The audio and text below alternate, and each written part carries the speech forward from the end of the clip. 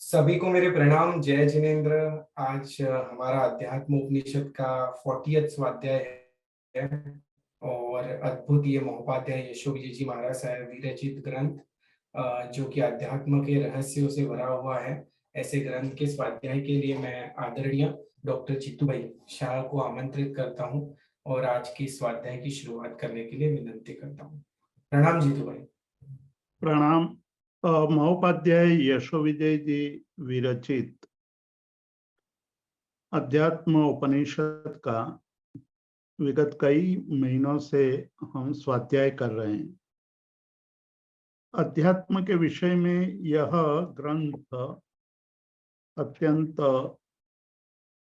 सूक्ष्म बातों को प्रदर्शित करता है और इसके द्वारा अध्यात्म मार्ग के पथिक जो भी साधक है उनके लिए मार्गदर्शक भी बनता है। महोपाध्याय यशो विजय जी आज से 300 साल पहले गुजरात के महसाणा के पास कनोडू नाम के गांव में, एक छोटे से गांव में जन्म लिया था। छोटे थे तभी उनकी माता उनको उपाश्रय ले जाती थी। एक साधु भगवंत आए थे, उन्होंने माता को एक नियम दिया था कि भक्तामर का श्रवण किए बिना नौकार्षी नहीं करना है, यानी कि अन्न जल ग्रहण नहीं करना है। इस नियम का ये श्राविका पूर्ण रूप से पालन कर रही थी। चातुर्मास के दिन थे, पानी बरसने की संभावना थी। एक दिन वाकई में पानी बरसने लगा, बहुत ही तीव्र वेग से पानी बरस रहा था। एक दिन बीत गया, 2 दिन बीत गया, 3 दिन बीत गया। उपाश्रय में रहे हुए मुनि भगवंत सोचने लगे कि वो श्राविका का क्या हुआ होगा। कभी कभी शंका भी उत्पन्न हो सकती है कि शायद उन्होंने नियम का भंग कर दिया होगा, या नियम पालन करती होगी तो उसने अन्न जल ग्रहण नहीं किया होगा, तो उनकी स्थिति कैसी होगी। 7वें दिन जब वो उपाश्रय में आती है तो उनका जो व्यवहार था वो देख करके महाराज के मन में ये शंका सुदृढ़ हो गई कि जरूर इस महिला ने नियम भंग कर दिया लगता है। लेकिन उन्होंने कहा कि महाराज जी, मैंने नियम भंग नहीं किया, मैं प्रतिदिन भक्तामर का श्रवण करके ही अन्न जल ग्रहण करती हूँ। तो उनका कैसे आप भक्तामर का श्रवण करते हो?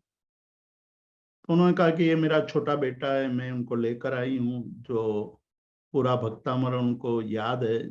4-5 वर्ष की उम्र में माता के साथ आते हुए यह जसवंत नाम का छोटा सा लड़का पूरा भक्तामर याद कर लेता है। जब ये उनकी स्मृति शक्ति की बात देखी तो महाराज ने आश्चर्य दर्शाया। वो भी सोचने लगे कि इतनी छोटी उम्र में इतनी तीव्र स्मृति शक्ति है, तो ये घर में रह करके ज्यादा से ज्यादा परिवार का कल्याण कर पाएगा, लेकिन यदि साधु बनेगा तो पूरे संघ शासन और अनेक सदियों तक मानव जाति का कल्याण होता रहेगा। माता को समझाया, माता ने गुरु की बात का स्वीकार किया और अपने छोटे से बच्चे को गुरु के चरणों में समर्पित कर दिया। बहुत बड़ी घटना है ये कि एक माता का समर्पण, एक गुरु का बच्चे में हीरे का दर्शन करना और भविष्य में पूरे जिन शासन और मनुष्य जाति के लिए विशिष्ट कोटि का एक विद्वान, यह सारी बातें गुरु ने देखी। माता ने बहुत बड़ा त्याग किया और ये छोटा सा बच्चा जसवंत में से यशो विजय बन गया। यशो विजय बनने के बाद उनकी शिक्षा दीक्षा हुई, बहुत बड़े आगे निकल गए, काशी गए, बनारस से आगरा गए, आगरा में भी अध्ययन किया। उसके बाद गुजरात में आए और गुजरात में आकर के उनकी लेखनी ने कभी विराम नहीं लिया। अध्ययन अध्यापन उनके जीवन का मुख्य कार्य बन चुका था। लेखन कार्य करते करते जब हम उनके ग्रंथ, आज भी हमें उनके हाथों से लिखे हुए ग्रंथ प्राप्त हो रहे हैं, जब हम ग्रंथ देखते हैं तो उस जमाने में कलम से लिखा जाता था। आज की तरह पेन और जो आज के जो पेन मिलती है उस तरह की पेनें नहीं थी, वो कलम से लिखते थे। और उपाध्याय यशो विजय जी जब लिखते थे तो लिखते लिखते लिखते कलम के द्वारा लिखे गए अक्षर मोटे होने लगते थे। तब पता चलता है कि वो इतने मशगूल रहे होंगे कि कलम का जो आगे का भाग है वो भी घिस जाता था, तब तक वो लिखते रहते थे। मतलब एक बार कलम से लिखना शुरू करने के बाद वो अटकते नहीं थे। उनके हाथों से लिखे हुए ग्रंथों की यह दशा है। लेकिन कंटेंट वाइज यदि हम देखें तो उसके अंदर अद्भुत रहस्य छिपे हुए हैं। उनके ग्रंथों का स्वाध्याय करते हैं तब हमें पता चलता है कि वो ग्रंथ कितने महान ग्रंथ हैं। उनमें से हमने यहाँ महोपाध्याय यशो विजय जी के द्वारा लिखा गया अध्यात्मोपनिषद ग्रंथ का स्वाध्याय कर रहे हैं। प्रथम प्रकरण में ज्ञान योग शुद्धि अधिकार में हमने देखा कि किस प्रकार से उन्होंने ज्ञान का विवरण किया है। अब दूसरे अध्याय में ज्ञान योग शुद्धि, उसको विशेष रूप से हमारे सामने प्रस्तुत किया है और उन्होंने कहा कि भाई ज्ञान आवश्यक है, लेकिन वो ज्ञान कैसा होना चाहिए, किस प्रकार का ज्ञान होना चाहिए, और ज्ञान प्राप्ति के लिए ज्ञान का जो अध्ययन है उस अध्ययन करते करते हमारे अंदर किस प्रकार की योग्यता प्रकटनी चाहिए, उसकी बात वो बहुत स्पष्ट रूप से हमारे सामने रखते हैं।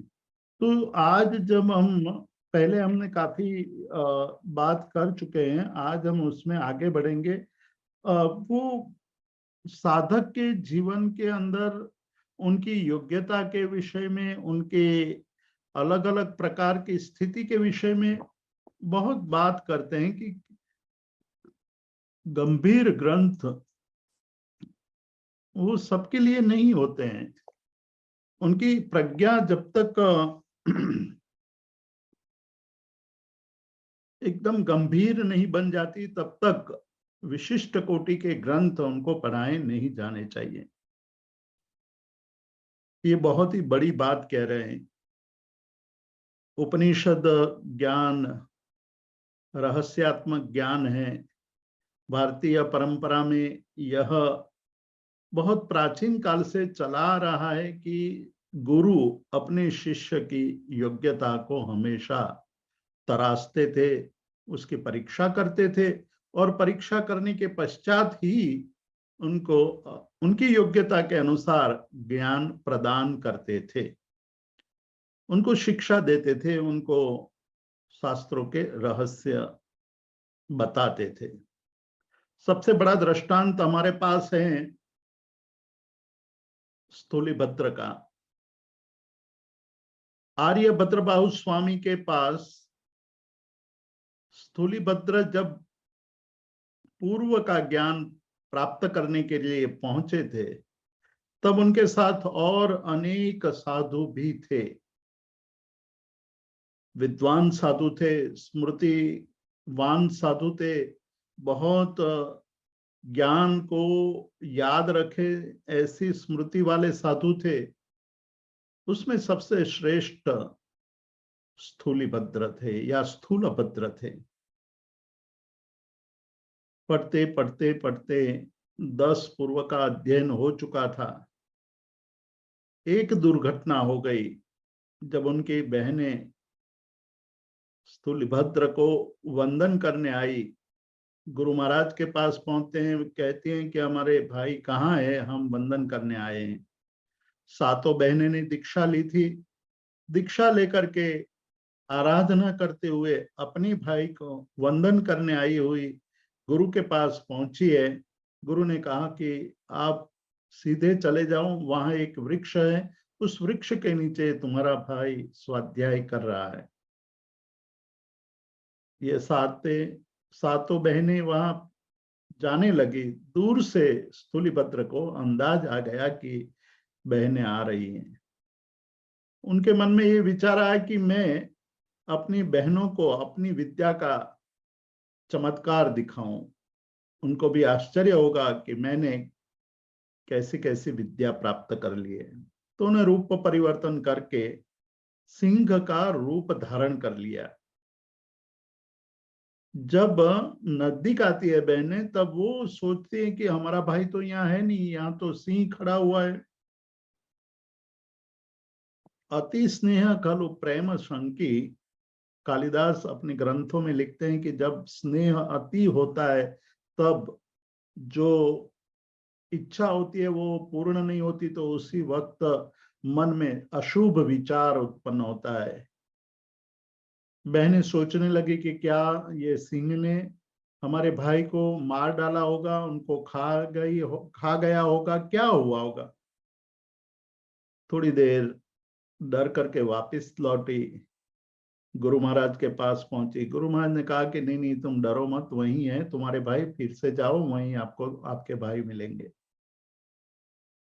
जब दूसरी बार बहनों को आते हुए देखा तो स्थूलिभद्र ने अपना मूल स्वरूप धारण कर लिया था। इसको देख करके बहनें खुश हो गई और आश्चर्य भी उनको हुआ कि हमारे भाई में कितनी कलाएं हैं। तो ये एक दृष्टांत, एक बहुत बड़ा दृष्टांत है। जब उसके बाद गुरु के पास स्थूलिभद्र पहुंचे तो स्थूलिभद्र को आगे पाठ देने का निषेध कर दिया। स्थूलिभद्र पूछते हैं कि मेरी क्या गलती हुई कि आप मुझे आगे पाठ नहीं दे रहे हैं। गुरु ने कहा कि विद्या आत्म कल्याण के लिए होनी चाहिए। विद्या का उपयोग सर्वजन हिताय होना चाहिए। प्रदर्शन करने के लिए विद्या का प्रयोग नहीं होना चाहिए। आपको आत्म कल्याण करना हो तो विद्या का प्रयोग करना है। आपको जगत का कल्याण करना हो तब विद्या का प्रयोग करना है। आपने इस विद्या को चमत्कार के रूप में लोगों को चमत्कृत करने के लिए प्रयोग किया, इसलिए आप योग्यता गवा चुके हैं। अब आपको आगे पाठ नहीं दिया जाएगा। ये बहुत मार्मिक घटना है। यही परंपरा भारत देश के प्राचीन ऋषि मुनियों में रही और इसके कारण विद्या का जो उचित शिष्य को पाठ दिया जाता था, लेकिन जो उचित नहीं होते थे उनको पाठ नहीं दिया जाता था। ये एक परंपरा रही, उससे लाभ भी हुआ, उससे हानि भी हुई है, ऐसा आज के इतिहासकारों का मानना है। लेकिन यहाँ महोपाध्याय यशोविजय जी कहते हैं कि एक विद्या तो होती है आत्मविद्या, और हम लोग अध्यात्म उपनिषद का अध्ययन कर रहे हैं। उसमें हमारा जो मुख्य विषय है वो अध्यात्म है, और अध्यात्म विद्या के साधना के लिए हमें क्या करना चाहिए और कैसी योग्यता होनी चाहिए, उस योग्यता का अर्जन कैसे करना चाहिए, उस बात महोपाध्याय यशोविजय जी हमें बता रहे हैं। तो यहाँ कह रहे हैं, ये 50वां श्लोक है और 50वें श्लोक में महोपाध्याय यशोविजय जी कह रहे हैं, अग्नस्य अर्ध प्रबुद्धस्य सर्वं ब्रह्मेति यो वदेत महानरक जालेषु स तेन विनियोजितः। अग्नस्य अर्ध प्रबुद्धस्य, जो अग्न है यानी कि जो अज्ञानी है, जिसको ज्ञान नहीं है, जिसको बोध नहीं है। या फिर एक छोटी सी कहानी मुझे याद आ रही है, पंचतंत्र की कहानी है। एक बंदर राजा की सेवा करते हुए राजा खुश हो जाते हैं, उन्होंने अपना अंगत सचिव यानी निजी सचिव बना दिया और उनको तलवार दे दी। उन्होंने कहा कि मेरी रक्षा करना है, आप मेरे अंगरक्षक हो। तो बंदर के हाथ में तलवार आ गई। राजा एक दिन सोए हुए थे, नाक पर माखी बैठ गई। बंदर ने सोचा कि ये तो राजा को परेशान कर रही है, उसको हटाने की कोशिश की लेकिन हटी नहीं। तो बंदर ने सोचा कि ये सारा कारण तो नाक का ही है, नाक नहीं होगा तो ये माखी बैठेगी भी नहीं। तो उसने तलवार से राजा का नाक ही काट लिया। जो अयोग्य के पास शस्त्र आते हैं तो उस शस्त्र का प्रयोग कहाँ करना चाहिए वो विवेक वहां नहीं होता है। ज्ञान एक बहुत बड़ा शस्त्र है, कर्म काटने का शस्त्र है। अनादिकाल से जो कर्म हमारे जीव आत्मा पर लगे हुए हैं, उस कर्म को काटने का कोई भी सबसे बड़ा साधन हो तो वो है ज्ञान। उस ज्ञान की उपासना कैसे करनी चाहिए, उस ज्ञान का प्रयोग कब करना चाहिए, उस ज्ञान की योग्यता किसको होती है, वही बात यहाँ महोपाध्याय यशोविजय जी कहते हैं कि अग्नस्य अर्ध प्रबुद्ध से, जो अज्ञानी है उसको बड़ी बड़ी बात कर दोगे आप तो वो अज्ञानी जीव उससे जो अर्थ समझना चाहिए वो नहीं समझ पाएगा, उससे उल्टा ही अर्थ निकालेगा। अर्ध प्रबुद्धस्य मतलब कि पूर्ण ज्ञानी नहीं है, कुछ जानता है कुछ नहीं जानता है।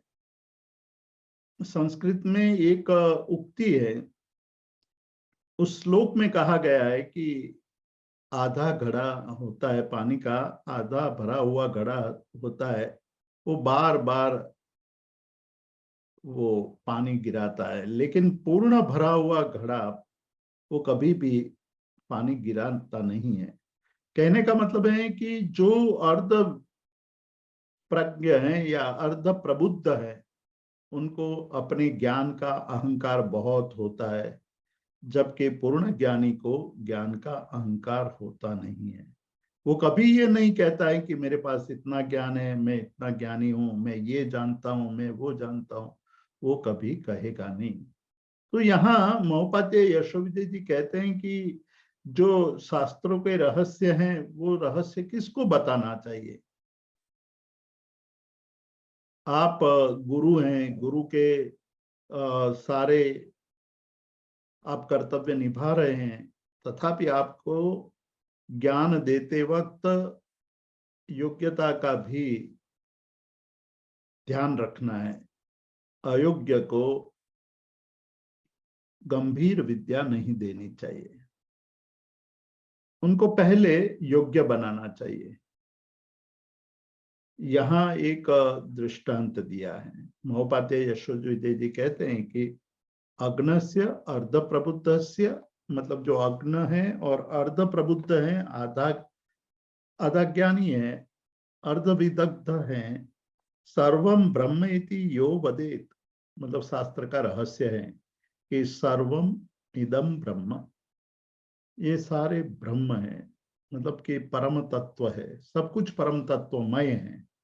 सब में एक परम आत्म तत्व रहा है। अब ये बात सामान्य मनुष्य को या अर्ध विदग्ध को बता दी जाए तो वो उसका क्या अर्थ निकालेगा। यहाँ तो बहुत ही गंभीर बात करते हैं महोपाध्याय यशोविजय जी, एक ऐसा स्टेटमेंट कर रहे हैं कि आप चौंक जाएंगे, आपको लगेगा कि कितना बड़ा नुकसान हो सकता है यदि अयोग्य के पास ये विद्या चली जाए। आज पूरा विश्व बहुत ही भय की स्थिति में जी रहा है। भय की स्थिति इसलिए है कि कभी भी इस विश्व में आणविक युद्ध हो सकता है, न्यूक्लियर बॉम्ब विस्फोट हो सकता है। उसका मूल कारण यह है कि जिसके पास यह शक्ति है, उस शक्ति धारक के पास उतनी समझ नहीं है कि उसका उपयोग कब करना चाहिए और उसका उपयोग कब नहीं करना चाहिए। यही सबसे बड़ी बात है। इसीलिए पूरे विश्व के सभी राष्ट्र आज भयभीत हैं, गंभीर चिंता में डूबे हुए हैं कि कभी भी आणविक युद्ध हो सकता है, कभी भी न्यूक्लियर युद्ध हो सकता है, क्योंकि जिनके पास यह शक्ति है उनके पास वो ज्ञान नहीं है कि इसका विस्फोट कब करना चाहिए। ये जो एक बहुत बड़ी समस्या है, उसका मूल कारण तो यही है कि अर्धज्ञानी या अज्ञानी के हाथ में बहुत बड़ी शक्ति पहुंच गई है। यही बात यहाँ महोपाध्याय यशोविधि जी अध्यात्म के क्षेत्र में बता रहे हैं। कहते हैं कि यदि बहुत बड़ी गंभीर बातें अज्ञानी या अर्धज्ञानी को बता दी जाए तो बहुत नुकसान हो सकता है। और वो दूसरे के नुकसान की बात तो बाद में करते हैं, पहले कहते हैं कि वो महानरक जालेशु, मतलब कि वो महानरक की जाल में अपने आप को, मतलब गुरु के द्वारा ये विद्या जो दे दी जा रही है उनको विनियोजित, मतलब उसको फंसाया जाता है। मतलब गुरु कल्याण का काम नहीं कर रहे हैं, उसका अकल्याण कर रहे हैं, उसको महानरक के जाल में फेंक रहे हैं। अब ये प्रश्न, ये जो श्लोक है, उस श्लोक में जो बात कही है उस बात की गंभीरता को हम समझने की कोशिश करेंगे। श्लोक में ये कहा कि भाई जो अज्ञ है यानी अज्ञानी है ये, और जो अर्धज्ञानी है उनको सर्वम ब्रह्म यह बात नहीं बतानी चाहिए। मैंने उपनिषद की बात कही, उपनिषद का एक अर्थ होता है रहस्यमय ज्ञान। तो रहस्यमय ज्ञान, जो रहस्य को समझ सकता है उसी को बताना चाहिए। अब आपको ये कहा जाए कि सर्वम ब्रह्म, ये संसार में सब कुछ ब्रह्म स्वरूप है। अब जब ब्रह्म स्वरूप है तो जो अर्धज्ञानी है या अज्ञानी है वो उसके कैसे कैसे अर्थ निकाल सकता है, उसकी बात यहाँ करते हैं कि अपक्व बुद्धि। यहाँ पिछले स्वाध्यायों में हमने देखा था कि एक बुद्धि परिपक्व यानी पकी हुई बुद्धि, और एक होती है बुद्धि अपक्व बुद्धि यानी कि अपरिपक्व बुद्धि। वो साधक क्या सोचेगा जब उनको ये कहा जाए कि सर्वम इदम ब्रह्म, तो ये वो सोचेगा कि ये सारा संसार ब्रह्म स्वरूप है, तो क्या खाना क्या नहीं खाना, इस झंझट में क्यों पड़ना। मैं खाद्य पदार्थ खाऊं या अखाद्य पदार्थ खाऊं, दोनों ब्रह्म स्वरूप हैं। खाद्य पदार्थ भी सर्व में समाविष्ट है, अखाद्य पदार्थ भी सर्व में समाविष्ट है। तो ये झंझट में पड़ने की क्या जरूरत है। मैं खाऊं या ना खाऊं उससे क्या फर्क पड़ेगा, चलो मैं खा ही लेता हूं। मतलब नियम का पालन नहीं करेगा वो यही सोचेगा कि खा लूं। तो ये तो अपरिपक्व बुद्धि वाला यही सोचेगा कि जो खाद्य है वह भी ब्रह्म है, अखाद्य है वह भी ब्रह्म है। खाद्य का खाओ तब भी ब्रह्म का भोजन हो गया, और अखाद्य का खाओ तब भी ब्रह्म का भोजन हो गया। तो हमें इस झंझट में पड़ना नहीं चाहिए। उसी तरह आगे बढ़ते हुए वो सोचेगा कि क्या करना चाहिए और क्या नहीं करना चाहिए। कर्तव्य क्या और अकर्तव्य क्या। जब सर्व ब्रह्म स्वरूप है तो ब्रह्म स्वरूप होने के कारण ये भेद करना कि क्या करना चाहिए क्या नहीं करना चाहिए, ये करने की कोई जरूरत नहीं है। तो वो कुछ भी करने लगेगा, वो कर्तव्य का भी करेगा अकर्तव्य भी करेगा। तो ये जो बात है उस बात को हमें समझना चाहिए। उनको ये भी आगे चल करके मन में विचार आएगा कि व्रतादि का पालन क्यों करें हम, क्यों हमें व्रत का पालन करना चाहिए। जब सर्व कुछ ब्रह्म स्वरूप है तो व्रत का पालन करो या न करो उससे क्या फर्क पड़ेगा, और हमें क्यों इतनी चिंता में पड़ना चाहिए। हमें जो करना है वही करना चाहिए। वो औचित्य का भी पालन नहीं करेगा, वो ये सोचेगा कि रागादि का नाश करो या ना करो क्या फर्क पड़ता है। वो तो ऐसे ही है जैसे ब्रह्म है सब कुछ, तो ब्रह्म स्वरूप होने के कारण मुझे और अधिक चिंता करनी नहीं चाहिए। तो इस प्रकार कहते हैं कि ऐसा भाव जब आ जाएगा तो वो धर्म मार्ग से ही च्युत हो जाएगा, पतित हो जाएगा। और जब पतित हो जाएगा तो वो नरक के लिए अपने आत्मा पर कर्म बंद कर लेगा और वो स्वयं दुर्गति में चला जाएगा। इसलिए ये विवेकी गुरु साधक अपने शिष्य को उनकी योग्यता के अनुसार ज्ञान देंगे।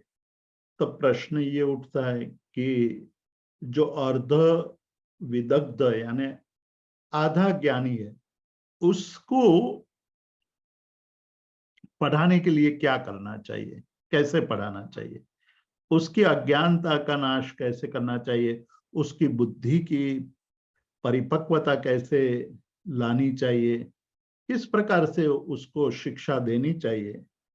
बहुत ही एक महत्वपूर्ण बात 51वें श्लोक में महोपाध्याय यशो विजय जी कर रहे हैं। वो कहते हैं कि तेन, इसीलिए आदौ मतलब प्रारंभ में, तेन आदौ शोधयेत चित्तम, चित्त का संशोधन करना चाहिए। चित्त को संशोधित यानी शुद्ध करना चाहिए।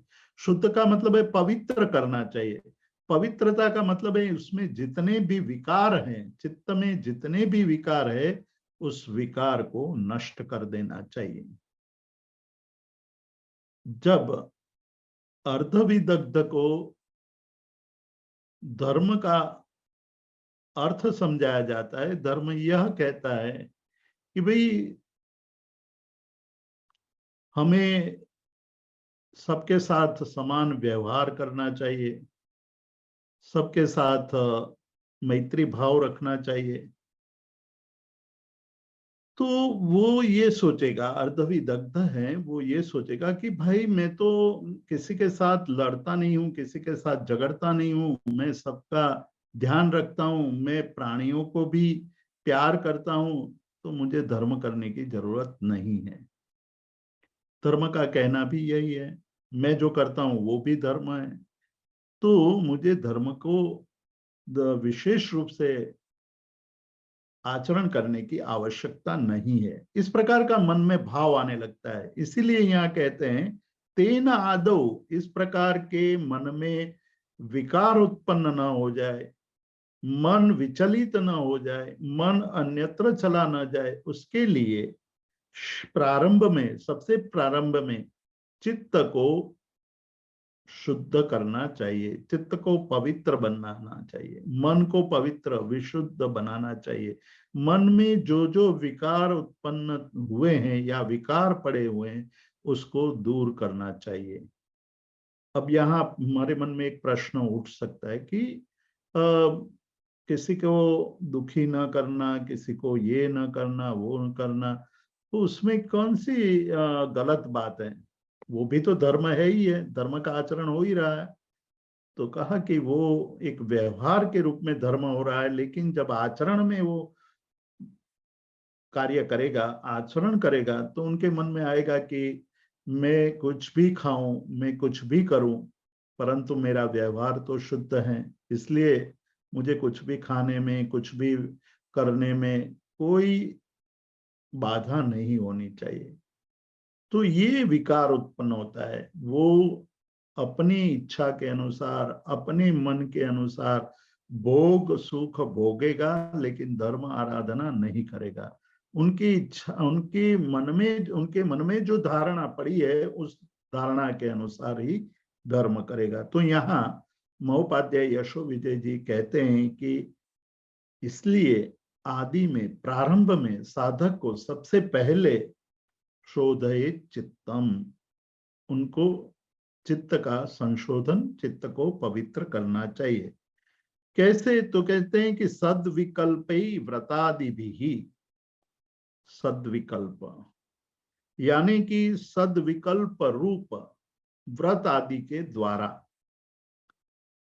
यहाँ प्रारंभ में व्रत आदि के आगे एक विशेषण लगाते हैं, सद विकल्प। हमारे अंदर विकल्प चलते हैं, मन में विकल्प चलते हैं। विकल्प दो प्रकार के हैं, एक असद विकल्प, एक सद्विकल्प। असद विकल्प का मतलब है कि यद्वा तद्वा कल्पना करना, और सत विकल्प का अर्थ है कि अच्छे विकल्प, अच्छे विचार करना।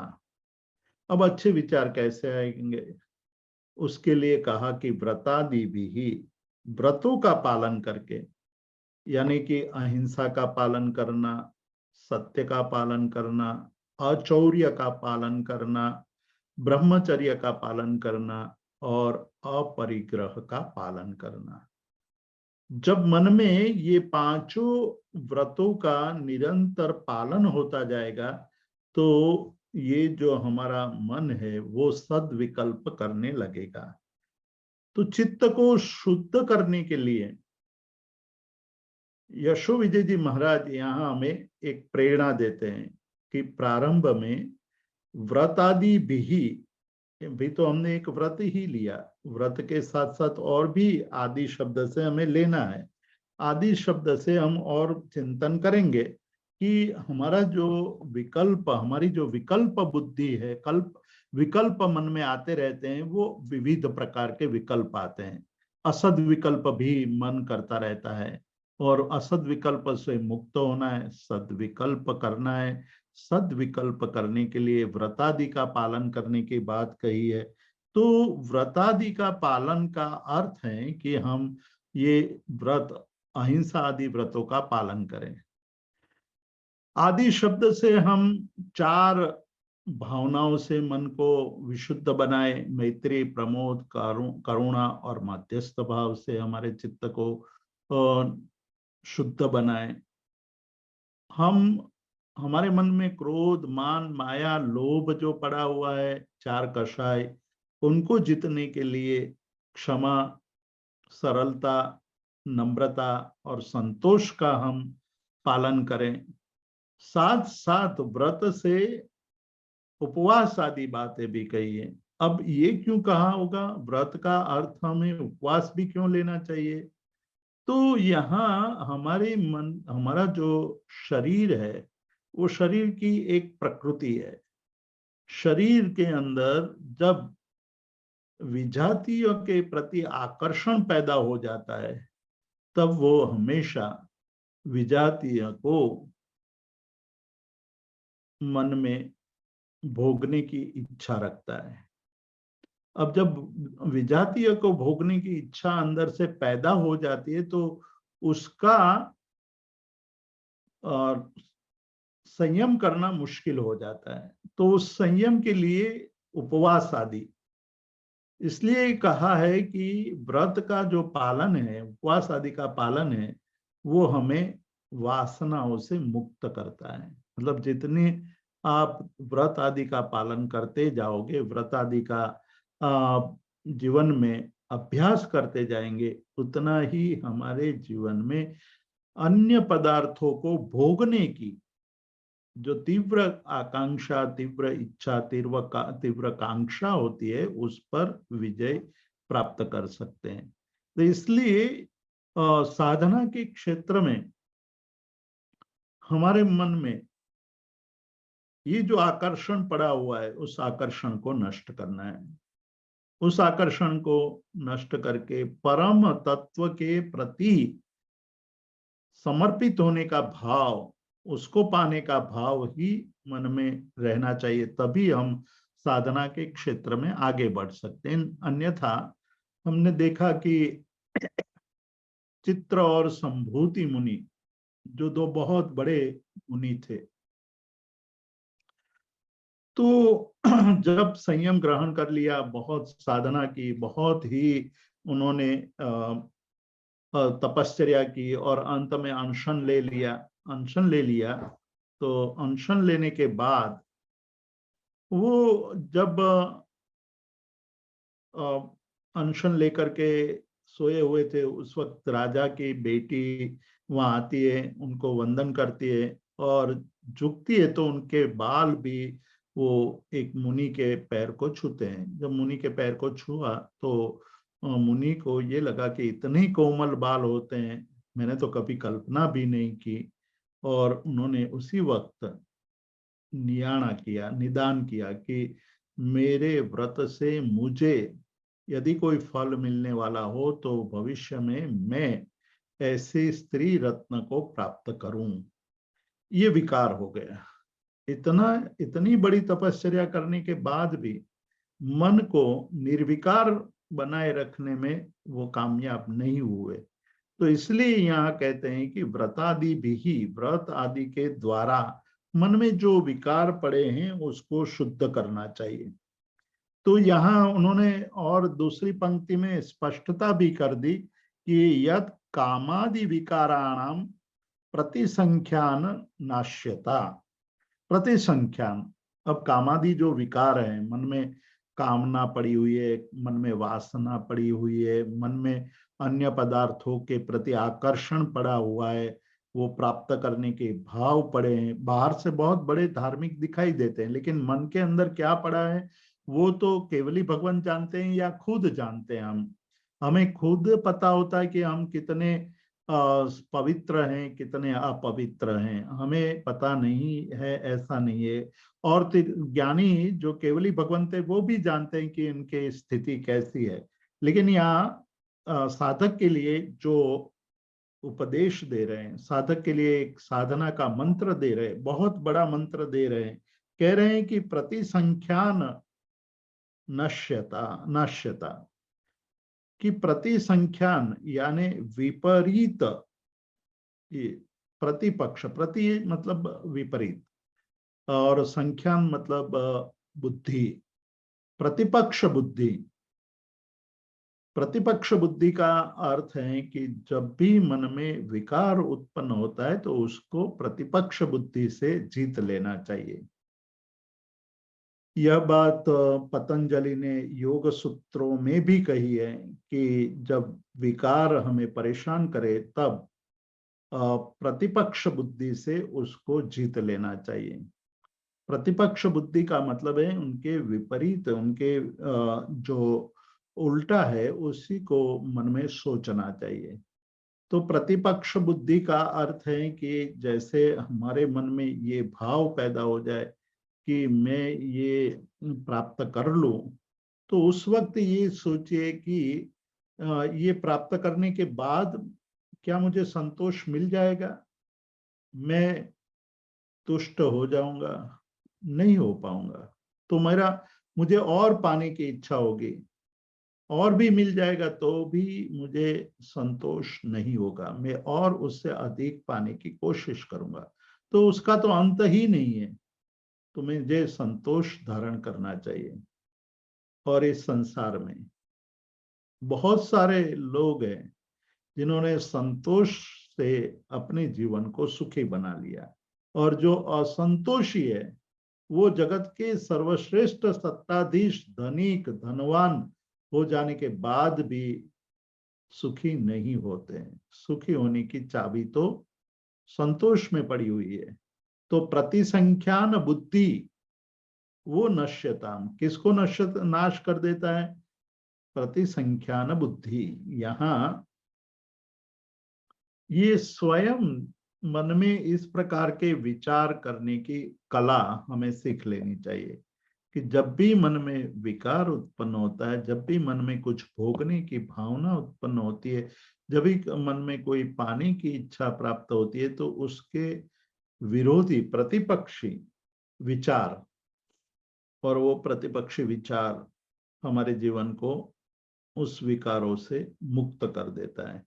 तो यहाँ कहा कि सबसे पहले तो हमें जो हमारे असद विकल्प हैं, मन के अंदर जो कल्पनाएं चल रही है, मन के अंदर जो विचारें चल रहे हैं, उस विचारों को हमें देखना होगा कि वो सद्विचार है या असद विचार है। यदि असद असद विचार है तो हमें निरंतर व्रत आदि का पालन करना चाहिए। व्रत आदि के पालन के द्वारा ही हम असद विकल्पों से मुक्त हो सकते हैं। असद विकल्पों से मुक्ति पाने के बाद भी अंदर पड़ी हुई कामना, अंदर पड़ी हुई वासना साधक को आगे बढ़ने में बाधक होती है या साधक को आगे बढ़ने ही नहीं देती है। बाहर से आप बहुत बड़े तपस्वी, बहुत बड़े व्रत आदि के पालन करने वाले हो सकते, लेकिन अंदर से विकार का शमन हुआ है कि नहीं, और विकार का शमन नहीं हुआ तो कैसे करना चाहिए, उसका मार्ग यहाँ दिखाया कि भाई आप प्रतिपक्ष को समझो और प्रतिपक्ष का विचार करो। आगे चलकर अब माया का नाश, माया पड़ी हुई है हमारे जीवन में, इतनी सारी माया। माया यहाँ कपट, हम छोटी छोटी बातों में कपट करते हैं, छोटी छोटी बातों में हम जो नहीं है वो उनको दिखाते हैं, और जो है उनको नहीं दिखाते हैं। छोटी छोटी बातों में भी हम देखें, सुबह से लेकर शाम तक कई बार माया का आश्रय लेते हैं। तो यहाँ कहते हैं कि माया जो है हमारे अंदर, उस माया को अवस्थान्तर विशेष रूप होने के कारण वो विकल्प रूप है, और उस विकल्प को अन्य अवस्था से जीतना चाहिए, ऐसा हमें अन्य दर्शनकारों ने भी कहा है। तो माया मतलब जो गलत काम करते हैं, हम घर में ही होते हैं फिर भी किसी का फोन आए तो हम माया से कह देते कि उनको बोल दो कि मैं घर में नहीं हूँ, तो वो नहीं तो वो यहाँ आ जाएगा, हमारा समय बर्बाद करेगा। इस प्रकार के हम माया करते हैं, झूठ बोलते हैं, कपट करते हैं। तो उसको जीतने के लिए क्या, तो मान लो कि उनको तो अभी पता नहीं है, लेकिन आप स्वयं ये विचार कीजिए कि इस प्रकार की बात करने से मैं दूसरे को तो ठग रहा हूं, लेकिन मैं अपने आप को सबसे पहले ठग रहा हूं। तो ये ठगना मेरी साधना में बाधक बनेगा, मुझे आगे नहीं ले जाएगा। तो आगे जाने के लिए तो मुझे ट्रांसपेरेंट जीवन जीना चाहिए। मुझे माया, ठग या किसी को छलना, ये सारी बातों से मुक्त होना चाहिए। विकल्प रूपा मायेयम, माया भी विकल्प रूप है। माया एक विकल्प है, असद विकल्प है, विकल्प नहीं वो नाश्यते। अब उसका उपाय बताते हैं कि माया यदि विकल्प रूप है तो उसको कैसे जीतेंगे।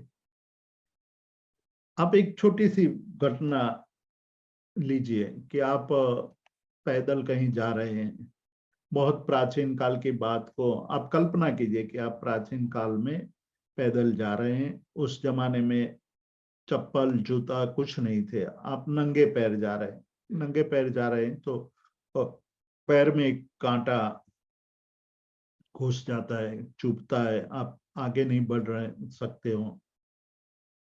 कांटे को काटना आवश्यक है। कांटे को कैसे निकालेंगे? कांटे को निकालने के लिए और कांटा चाहिए। तो और कांटा आप लेंगे, वहां कोई ऐसे तीक्ष्ण कांटा होगा, उससे आप जो शरीर में कांटा चुभ रहा है उसको निकालेंगे। उसी प्रकार विकल्प को निकालने के लिए विकल्प का ही सहारा लेना पड़ेगा। माया भी विकल्प रूप है, और उसको दूर करने के लिए विकल्प चाहिए। मतलब जैसे लोहा लोहे को काटता है, उसी प्रकार विकल्प से विकल्प को जीतना है, विकल्प से ही विकल्प को जीतना है। तो विकल्प ये हुआ कि माया विकल्प रूप है, माया मन में पड़ी हुई है, वो विकल्प है, तो उसको हमें जीतनी है। उसके लिए और विकल्प करना पड़ेगा, तो विपरीत विकल्प, उल्टा विकल्प, कि भाई मैं माया करूंगा तो मेरी दशा क्या होगी। जितने भी साधकों ने छोटी सी भी माया की है, तो उनके जीवन में उनको उनका परिणाम भोगना पड़ा है।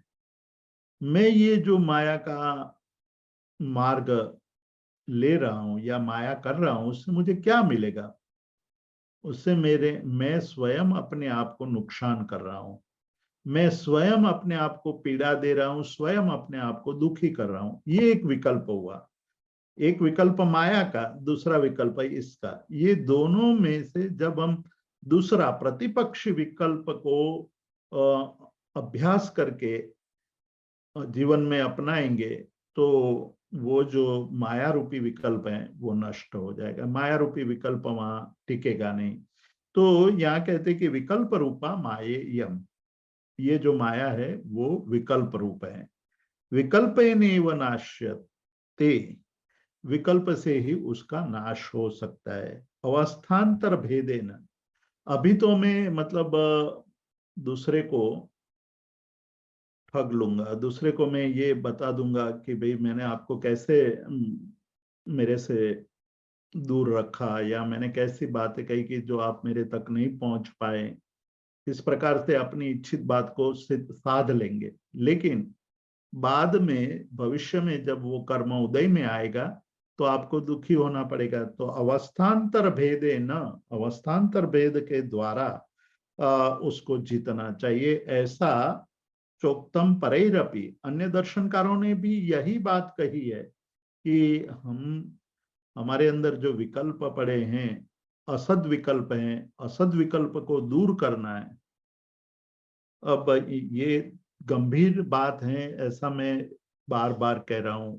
उसको समझना है, वो इसलिए समझना है कि साधना के क्षेत्र में जब आगे बढ़ने लगते हैं, तब हमारे अंदर पड़े हुए संस्कार, हमारे अंदर पड़े हुए कुसंस्कार, हमारे अंदर पड़े हुए विकल्प इतने वो बुदबुदे की तरह जागृत हो जाते हैं। तब मन में ये होता है कि मैं हर रोज स्वाध्याय तो करता हूँ, हर रोज मैं सामायिक करता हूँ, हर रोज मैं थोड़ा थोड़ा बहुत व्रतादि का पालन करता हूँ, तो इतने छोटे दोषों का आचरण करने से कौन सा बड़ा नुकसान हो जाएगा, चलो मैं थोड़ा कर लूं। फिर शाम को प्रतिक्रमण करते वक्त मैं प्रायश्चित कर लूंगा, या गुरु के पास जाकर के प्रायश्चित कर लूंगा।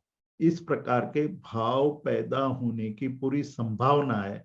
और एक बार एक छोटा सा छिद्र भी जीवन में पड़ता है, तो वो छिद्र बड़ा ही होता जाता है, इतना बड़ा हो जाता है कि बाद में आप उसका कंट्रोल नहीं कर पाते हैं। इसलिए मैं कई बार कहता हूं कि आप सीढ़ी, ऊंची सीढ़ी पर चढ़ने लगे, पर एक सीढ़ी आप चूक गए, तो आप एक ही सीढ़ी नीचे नहीं उतरते हैं, आप सीधा नीचे पड़ते हैं, सीधा नीचे गिरते हैं। ये नियम है। इसलिए चढ़ते वक्त पूर्ण रूप से सचेत रहना चाहिए, जागृत रहना चाहिए। साधना करते वक्त हमें जागृति रखनी है, रखनी चाहिए। उसमें आने वाले जो हमारे मन में या हमारे विचारों में विकल्प उठते हैं, उस विकल्पों को, उससे विपरीत विकल्पों के द्वारा प्रतिपक्ष भावनम, प्रतिपक्ष यानी प्रतिसंख्यान शब्द यहाँ प्रयोग किया है, कि उससे उल्टी बुद्धि मन में धारण करके हमारे असद विकल्पों को हमें नष्ट करना चाहिए, उस पर विजय प्राप्त कर लेना चाहिए। और उस विजय प्राप्त करके ही हमारे मन को, चित्त को शुद्ध करना चाहिए। चित्त की शुद्धि बहुत ही महत्वपूर्ण है। इसलिए आपको याद होगा कि जब हमने प्रारंभ में अध्यात्म की व्याख्या देखी थी, तब महोपाध्याय यशोविजय जी ने दो व्याख्या बताई थी।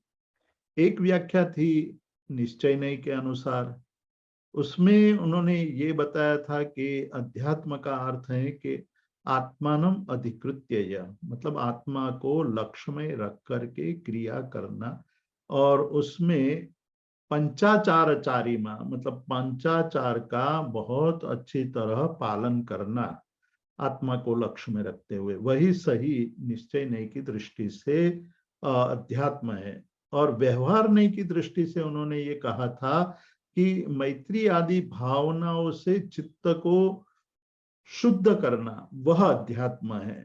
तो जो पंचाचार चारिमा का पालन आत्मा को लक्ष्य में रख करके नहीं कर सकते हैं, उनके लिए व्यवहार मार्ग बचता है।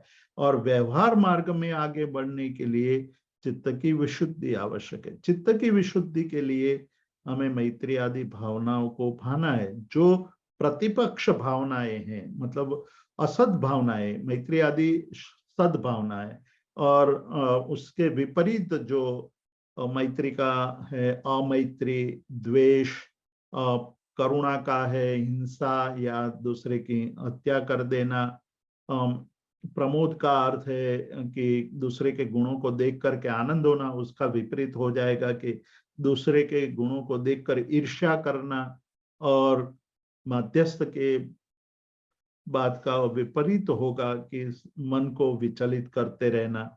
तो इस प्रकार के जब भी हमारे मन के अंदर विपरीत भाव आते हैं, तो मैत्री आदि भावों के द्वारा हमें अपने जीवन में ये जो असत विकल्प हैं उसको दूर करना चाहिए। वो प्रारंभ में उन्होंने बता दिया था, लेकिन अभी साधक को वो बात याद दिला रहे हैं कि साधना करते हुए कभी भी यह गलती मत कर देना कि मैं अब साधक बहुत हो गया हूं और अब मुझे कोई हिला नहीं सकते, कोई डुला नहीं सकते, मैं बहुत आगे बढ़ गया हूं। लेकिन साधक को प्रतिक्षण ध्यान रखना चाहिए। इसलिए आनंद गंजे महाराज अनंतनाथ भगवान के स्तवन में कहते हैं कि धार तलवारनी सोयली दोयली चौदमा जिन तणी चरण सेवा।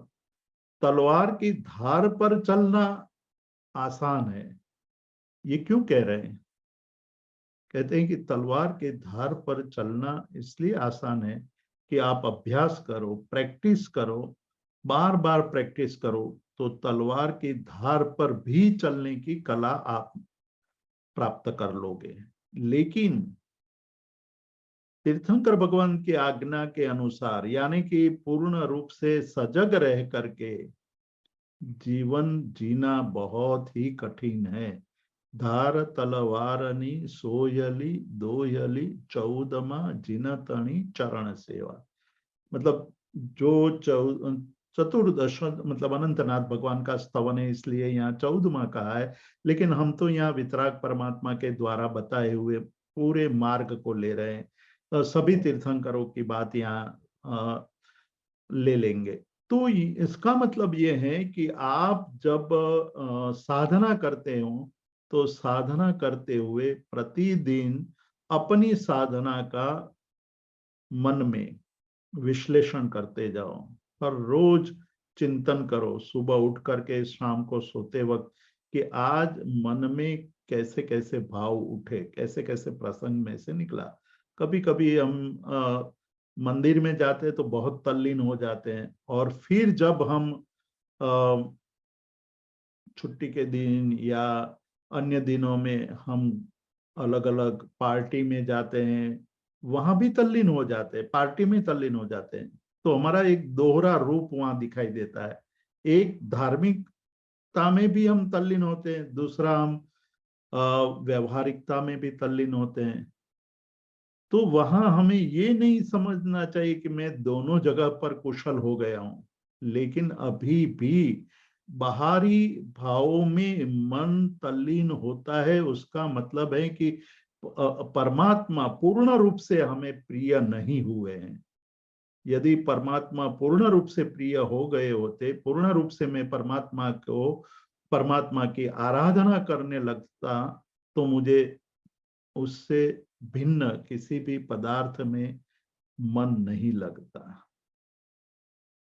आप देखिए नरसिंह मेहता, आप देखिए मीराबाई, आप देखिए आनंद घन जी, आप देखिए यशो विजय जी, सभी अपनी साधना में इतने तल्लीन हो गए थे कि उनके सामने सोने का मेरू पर्वत रख दो या हीरे के पर्वत को रख दो, उनके मालिक बना दो, तो उनको मन में उसके प्रति जरा भी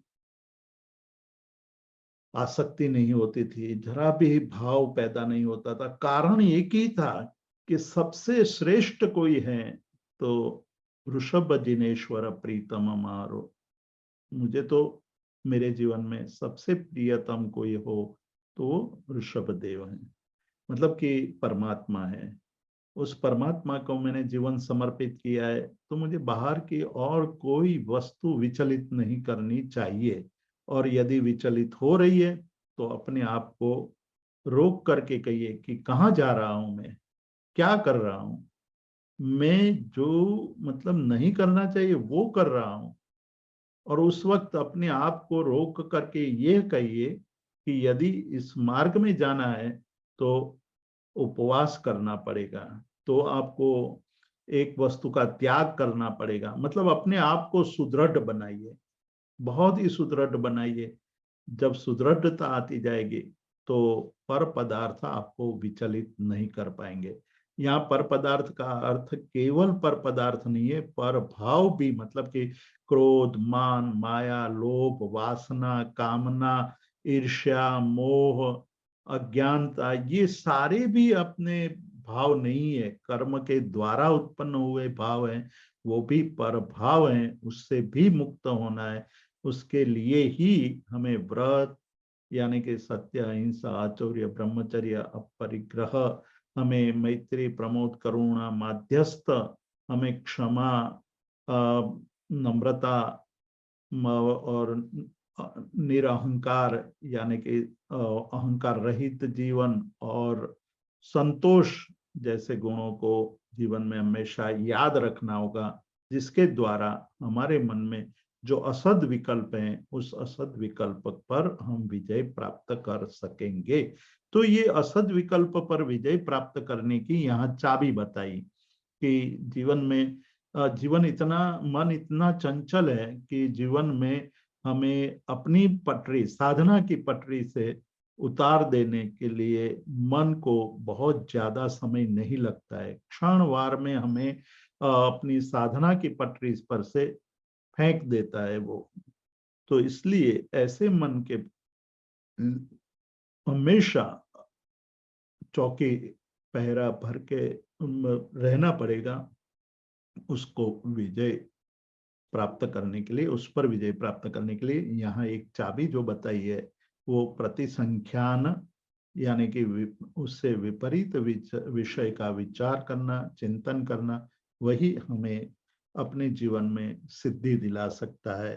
तो महोपाध्याय यशो विजय जी ने आज साधक के लिए जो सबसे बड़ी सीख दी है, सबसे बड़ा उपदेश दिया है, वो लगता छोटा है लेकिन बहुत ही महत्वपूर्ण है, उसको हमें जीवन में धारण करना चाहिए। जी साहब, thank you so much Jeetu भाई, आपने बहुत सुंदर आज असत विकल्प से कैसे बचना और सत विकल्प की ओर कैसे जाना, जिसमें व्रत आदि क्या इम्पोर्टेंट रोल प्ले करते हैं, अलग अलग भावनाएं क्या रोल प्ले करती है, इसके ऊपर आपने बहुत सुंदर मार्गदर्शन दिया। अगर किसी को कोई प्रश्न है तो आप हैंड रेज कर सकते हैं। जीतू भाई, किसी को ऐसे प्रश्न नहीं है आज? बहुत अच्छा। जी जी। सो हम आज के इस स्वाध्याय को यहाँ विराम दे सकते हैं। जरूर जरूर। जी जी जीतू भाई, जगत के सभी जीवों का कल्याण हो, जगत के सभी जीवों का मंगल हो, जगत के सभी जीव हमारे मित्र हैं, कोई भी हमारा वैरी नहीं है, इस भावना के साथ प्रार्थना। अणु परमाणु शिव बनि जाओ, अखा विश्व मंगल थाओ, सर्वे जीवो मोक्षे जाओ। खामे मि सव्व जीवे सव्वे जीवा खमंतु में, मित्ति में सव्व भूयेषु वैरम मज्जन के नहीं।